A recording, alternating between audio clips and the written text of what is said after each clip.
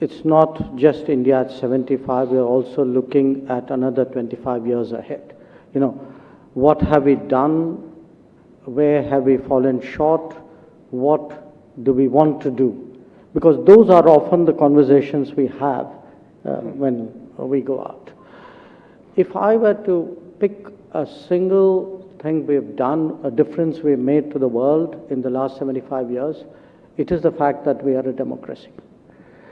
If today there's a sense in the world that, you know, for all the ups and downs of history, what's happening in different geographies, but somehow in all of us there is that gut sense that democracy is in some form the future. A large part of it is due to the choices that India made and choices that India stuck with in very difficult situations. And there was a time when in this part of the world we were pretty much the only democracy. So if democracy is global today, or we see it as global today, I think in some measure that credit is due to India. Now, it's also fair when we look back at 75 years, we should reflect on where we have come up short. And I would say the 2-3 areas which are quite obvious. One, clearly we didn't pay the kind of attention to our social indicators, our human resources, as we should have. 2, we didn't concentrate as much on manufacturing and technology strengths as we should have. And 3, in terms of foreign policy, probably in the mix of various elements, we didn't give as much importance, as much weight to hard security as we should have. And I say this because, this is not a polemical criticism of the past.